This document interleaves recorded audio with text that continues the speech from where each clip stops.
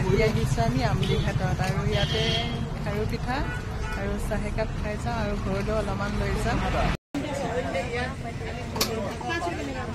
দোকানখনত দেখিব পালোঁ তেওঁলোকে পিঠা চাহ দিয়াৰ লগতে এনেকে ৰেডিমেড পিঠাও বনাই থৈছে।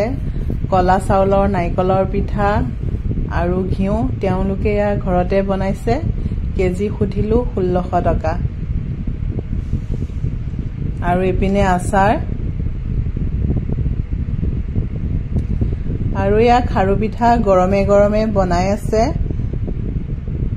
তেওঁলোকে অৰ্ডাৰো লয়। চাহ খাব অহা সকলে এনেকে অলপমান ভাল লাগিলে লৈ যায় পেকেটিং কৰি। আৰু এখন পিঠাত 10 টকা খাৰু পিঠা। আৰু ওচৰতে দেখিলোঁ মহিলা কেইগৰাকী মানে শাক চব্জিও বিক্ৰী কৰি আছে। আৰু এই সময়টো সন্ধিয়া সময়ত আমলিঘাটত বহুতেই ভিৰ হয়। নেশ্যনেল হাইৱে কিনাৰত হোৱাৰ কাৰণে গুৱাহাটীৰ পৰা উজনি অভিমুখে যোৱা গাড়ী বা উজনিৰ পৰা গুৱাহাটী অভিমুখে অহা গাড়ীবিলাক তাতে ৰয়, অলপ জিৰাই চাহ খায়। আমিও এনেকে চাহ খাই ললোঁ খাৰু পিঠাৰ সৈতে, লগত চাটনি দিছে, বহুতেই টেষ্টি আছিলে।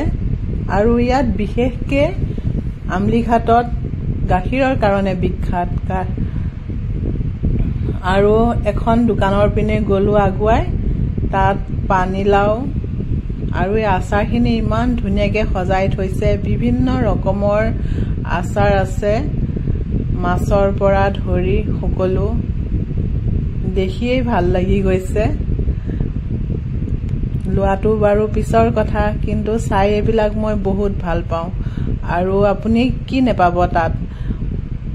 কোমল চাউল, চিৰা, সান্দহ, বৰা চাউল, মিঠৈ, তিল, মুড়ি, আখৈ, মানে বিভিন্ন বস্তুৰে সজাই তুলিছে। আৰু আমিও ঘৰলৈ এনেকে খাৰু পিঠা লৈ উভতিলোঁ। আকৌ লগ পাম অন্য এটা ভিডিঅ' লৈ আহি